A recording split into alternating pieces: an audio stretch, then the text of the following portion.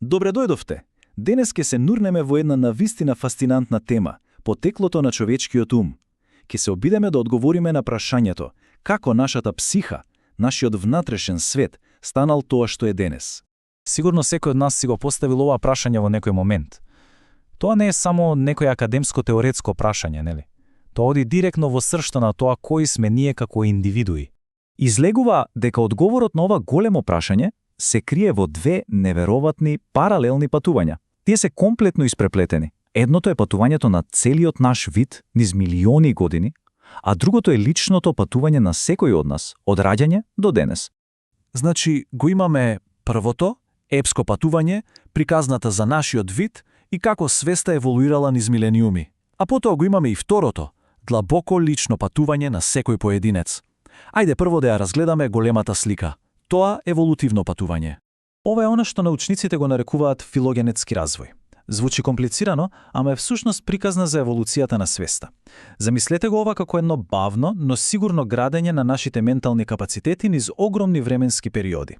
Се почнало од наједноставните организми, па се до нас денес. Па, ова патување почнува многу скромно, со основните рефлекси кај медузите, чисто преживување.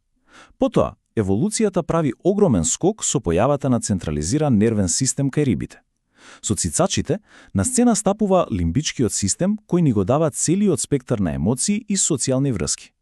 И на крај, на врвот сме ние, луѓето, со нашиот неокортекс, алатката што ни овозможува апстрактно размислување, јазик и самосвест.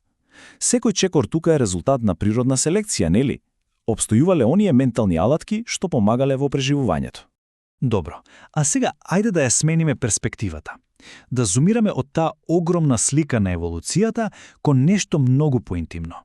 Личното патување на секој од нас. Ова е онтогенетскиот развој, приказната за тоа како се развиваме од самото зачнување па се до зрелоста. Ова патување започнува уште пред да се родиме, во утробата, со формирањето на нервниот систем. Потоа, во првите неколку години, мозокот расте со просто неверојатна брзина. Во предучилишната возраст доживуваме вистинска јазична експлозија. Потоа доаѓа логичното мислење, па потрагата по идентитет во тинејџерските години и на крај когнитивната зрелост. Секоја фаза е како скалило, се надоврзува на претходното и не води кон личноста што сме денес. Ајде да го земеме јазикот како пример.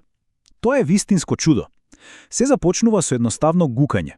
По неколку месеци доаѓа бурборењето, па првите зборови и одеднаш, околу година и пол, се случува експлозија на речникот.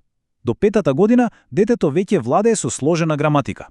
Ова е совршен пример за тоа како развојот се одвива во предвидливи, но сепак скоро магични чекори. Добро, ама што е моторот позади целиот овој развој? Што е тоа што не обликува? Ова прашање не носи директно во срцето на една од најголемите, најжестоките дебати во историјата на психологијата. Дали сме производ на нашите гени или пак на нашите искуства? Природата наспроти воспитувањето. На едниот крај на рингот го имаме филозофот Џон Лок и неговата идеја за табула раза. Според него се раѓаме како празна табла, а искуството е она што го испишува нашиот живот. На другиот крај пак е Жан-Жак Русо. Тој верувал дека се раѓаме како благородни дивјаци, со вродена добрина, а општеството е тоа што не расипува. Значи, имаме две комплетно спротивставени гледишта. Ова идеја на Лок за бела хартија била апсолутно револуционерна за своето време. Таа всушност ги поставила темелите за бихевиоризмот и за верувањето дека со правилно воспитување, со правилна средина, можеме да го обликуваме секој ум во што и да посакаме. Но што вели модерната наука за ова? Па студиите на близнаци ни покажуваат дека генетиката има огромна моќ. Погледнете ги бројките. Се проценува дека наследноста на интелигенцијата е меѓу 50 и 80%. За темпераментот, таа бројка е меѓу 40 и 60%. Ова се сериозни бројки кои ни кажуваат дека гените дефинитивно играат клучна улога. А сега слушнете го ова. Еден од најпознатите примери доаѓа од студијата за близнаци во Минесота. Замислете си ситуација. Идентични близнаци, разделени веднаш по раѓањето. Растат во комплетно различни семејства во различни средини. Кога конечно ќе се сретнат после децении, што откриваат? Делат неверојатни сличности. Од коефициент на интелигенција па се до хобија, навики, дури и избор на професија. Па ако ова не е силен доказ за моќта на гените, тогаш навистина не знам што е. Па добро, кој победува во дебатата? Природата или воспитувањето? Модерната наука ни дава еден поинаков, многу поинтересен одговор. Излегува дека не е или-или, туку и. И не само тоа. Тие две сили се во постојан танц, во постојана динамична интеракција. Клучот за разбирање на оваа интеракција лежи во една релативно нова и фасцинантна област наречена епигенетика. Замислете ја нашата ДНК како огромна библиотека полна со книги, со упатства за тоа кои сме. Епигенетиката е како библиотекар кој одлучува кои книги ќе се читаат, а кои ќе останат затворени на полиците. А знаете што влијае на одлуките на тој библиотекар? Нашата средина, нашите искуства. И ова не е само некоја теорија, ова има многу реални последици.